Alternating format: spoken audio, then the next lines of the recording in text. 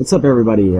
Today I'm gonna be looking at my pickups that I've gotten recently. And I'm not much of a collector. Like, I don't do a ton of collecting videos or anything. I just kind of pick up what I want to play. So I don't like buy a ton of stuff and then not play it. I play everything I get.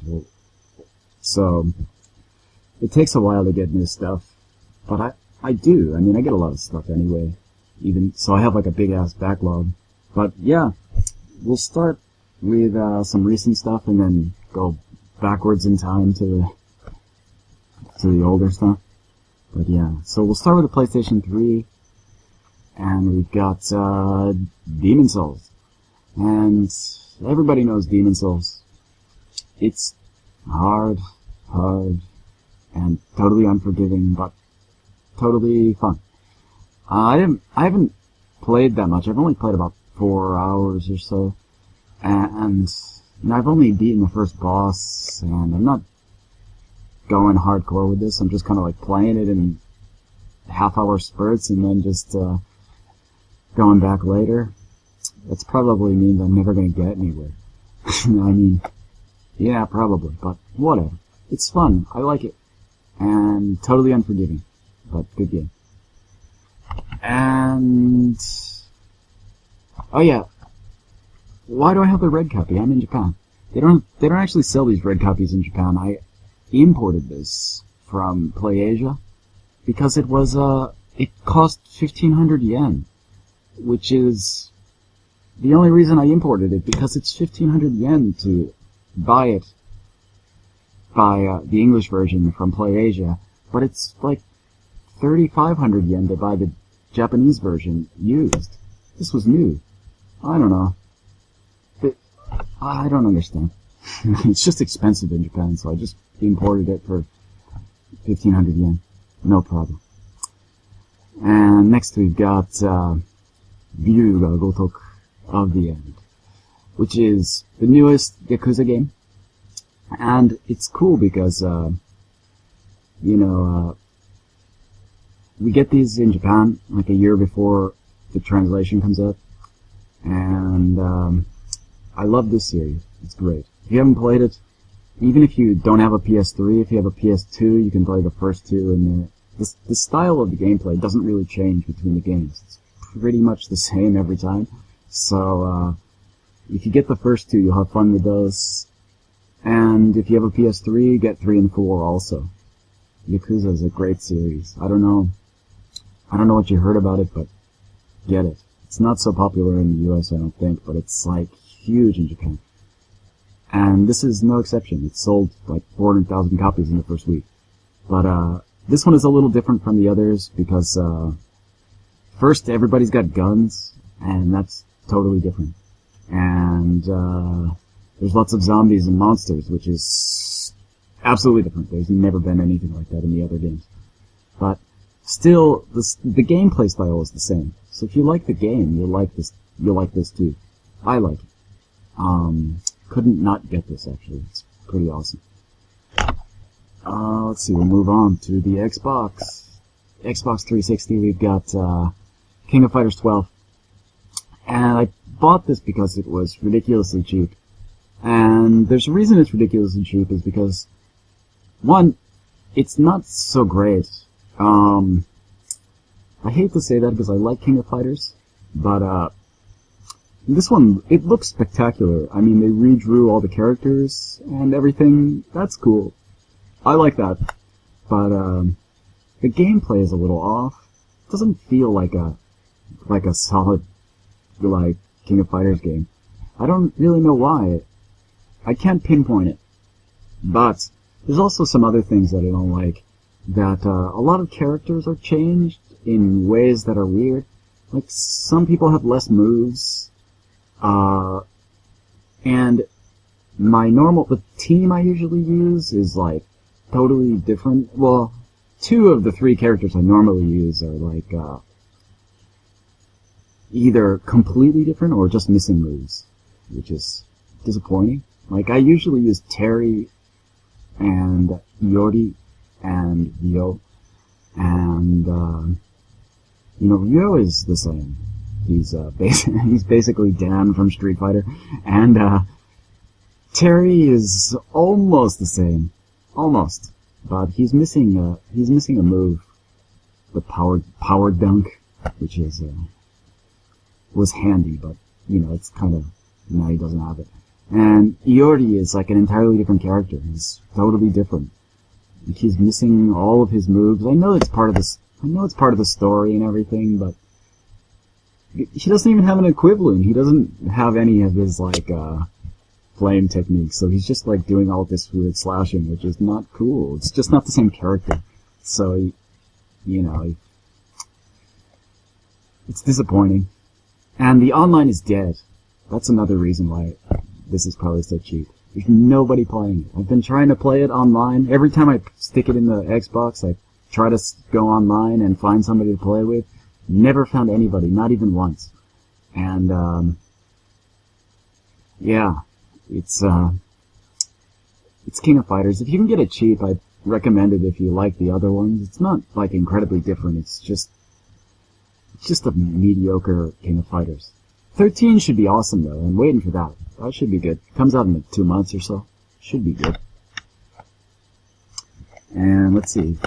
We've got, for the DS, Shin Megami Tensei Strange Journey.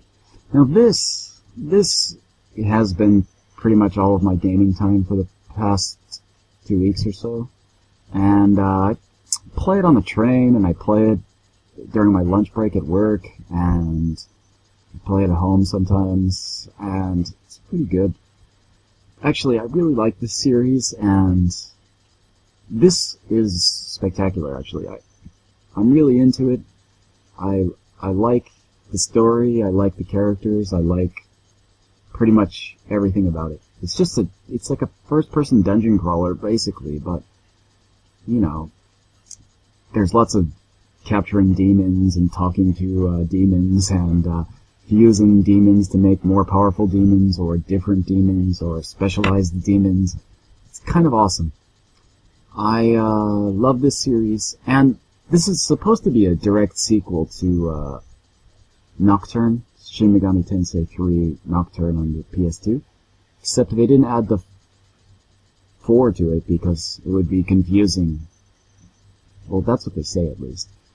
So, but yeah, if you haven't played this, definitely pick it up. This is actually the first of this series that I've played in English, which is only for the same reason I bought Demon Souls. I bought this online because it's so expensive in Japan. It's still like 4,000 yen almost for a used copy, and I got this for 1,500 yen new. And with a soundtrack, it comes with a soundtrack. And the soundtrack, like, you normally think, DS game soundtrack, who needs that? But actually, it's actually pretty good. It's got all this bizarre choral music in it. It's like a, I don't really know how to explain it, but it's kind of awesome. I don't know if I'm gonna put it on my iPhone and listen to it all day, but it's pretty interesting in a strange way. But it's good. This game I highly recommend. Highly, highly recommend. And it's actually only my 4th DS game. And I'll have more next time, probably. Once I finish this, I've got another DS game I'm gonna buy. Devil Survivor 2. So, that came out just a week or so ago. So I'll pick that up once I finish that one. And let's see. Moving on, we've got another Shin Megami Tensei game, but this one's for the PlayStation 1, and it's Devil Summoner Soul Hackers. Now, I have the other Devil Summoner, and the first one. And originally these were Sega Saturn games that they ported to the PlayStation later. But this one is supposed to be better than the first one. And the first one was mediocre at best, because it was so annoying. You had to do, like, too much stuff to functionally play the game. So it was just tedious. You had to keep doing the same kind of garbage over and over and over. And this one apparently fixes that. It's apparently really easy too, or easy to a point where people thought like, it's kind of simple. But I don't know. It's probably a pretty good game, I guess. I haven't actually played it yet. I'll play it eventually, though, once I get some time and I'm not playing another part of the series on the DS. And what's cool about this one, actually, also, is that it comes with this, which is a sample disc for Persona 2. And this is the first part of Persona 2, the one that's not released in English. But I assume it's going to be. It came out on the PSP recently, and I have that and played through that. And it was kind of, yeah, probably my favorite PSP game so far. But I haven't played Persona 3 on the PSP, so that's probably better.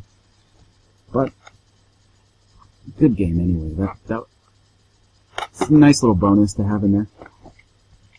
And speaking of that, we've got the next game here, which is Final Fantasy Tactics.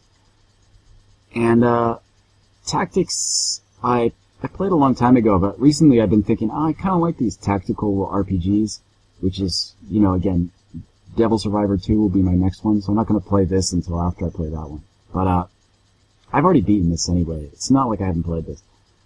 But this is a good game, and I thought recently there's been a lot of advertising for this game, well, the remake on the iPhone, and I thought, like, I'll just get it on the iPhone. I could do that anywhere. And then it's like ridiculously expensive on the iPhone. Like it's 1,800 yen. It's like $20. I'm not spending $20 on Final Fantasy Tactics. This was 100 yen. I can just play at home. Screw that. Screw you, expensive iPhone app. And there's some benefits to buying the PSP version, though.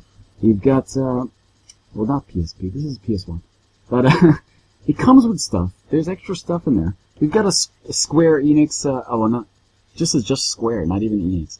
Which is a Square preview disc for other games. And sometimes the preview discs here have the preview versions for games, and there's different content than the actual version, so it's kind of interesting to look at them sometimes. And it came with this card, which is Ramza card. Not so bad. So, extra stuff, and I paid 1/18 the cost of the iPhone version, so I'm the real winner. Or something. But yeah, next we have this one, Biohazard 2, which is Resident Evil 2. I think everybody knows that. But yeah, Biohazard 2, which is my favorite in the series. I just like this game a lot. I picked it up because I think I never actually finished it back in the day, back on the PS1. And it, also it was 100 yen, so I couldn't pass it up. Just kind of, eventually I'll play through it again. So, what's interesting also is this also comes with extra stuff. I think, like, a lot of these PlayStation games come with stuff. I don't remember my PlayStation games coming with stuff. There was no cards in my, Final Fantasy Tactics, I don't remember that. And I don't remember there being a sticker set in my, Resident Evil 2. There's a sticker set. I have 2 of these, actually. Sets of stickers. Bizarre. But yeah, they're, Resident Evil 2. Good stuff. And next we've got a real classic here. A real classic. Parappa the Rapper. Everybody likes Parappa. At least everybody in 1996 liked Parappa. And when, in 1996, I had just graduated high school, and I remember at the time, the girl I was dating loved this game. I don't remember why I bought it. I just thought it was goofy looking, and I picked it up on like a whim. And we played this game so much. Everybody loved this game. People would come over to play this game. And it's just a, kind of like a goofy rhythm game.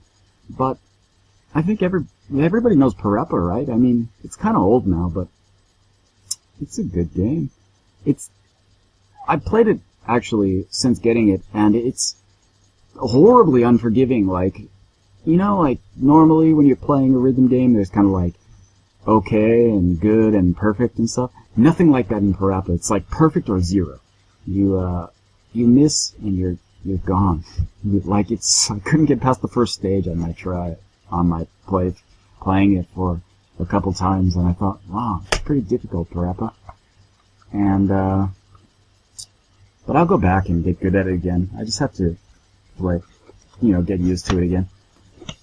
But, it comes with this, which is kind of awesome. It's like a map of Parappa. It's Parappa the Rapper Town, which is not the name of the town. But, it's got all the characters there, and, the back is actually the manual. You can't really see it, and it's kind of small, but, you know, it's Parappa. You can't go wrong with Parappa. And it was really cheap, same as all the other ones, actually, so can't complain. I just picked it up for nostalgia's sake, and, you know, give it a run through again. If you do well, you can beat the game in like half an hour probably. It's not that long a game, but it's a good one. And let's see, we've got Clock Tower. And Clock Tower is an interesting story here, because this is actually never got a release in the US. We got a Clock Tower in the US, yes, but it's actually Clock Tower 2 that we got named Clock Tower. So Clock Tower 1 never got a US release, and it was actually originally on the Super Famicom, and this PlayStation version is like an upgraded version of this Famicom one. So there's cutscenes and stuff added in. And Japanese people tend to consider it as one of the scariest Super Nintendo games, or Super Famicom game. And a lot of people, when I was saying that I got this, were saying, like, oh, it's so scary, couldn't sleep when I played it. So, like, maybe it's good. I've played a little bit of it, actually, and the Scissor Man is ridiculously slow, like, it's comically slow. It's kind of funny when you think, because he's so slow, it's just like, oh, he really creeps across the screen, like, G. And even that is too fast. Like, it's really slow. But it's interesting. It's kind of like got a creepy atmosphere, and it's not a bad game. And my last one here is this Super Famicom game. It's Mother 2, which is a sequel to that Danzig song, Mother. Wait, no, it's not. This is actually the Japanese version of Earthbound. And I've got this complete in the box here. So, you know, it's got this case here, Mother 2 in the box. And, you know, you think, like, it's Earthbound, it should be worth the time, but it's not so popular, I think, in Japan, because it was really cheap. Even in the box, it was like $5. So, yeah, it was cheap. And, you know, it's kind of like, just like a fun piece to have, Mother 2. And, you know, I like Earthbound. I like that a lot. So, you know, why not have it in Japanese and try it out in the original format? Was my thinking when I bought it. Or, you know, an excuse to spend the money. You know, not so bad. Not a bad pickup. Mother 2.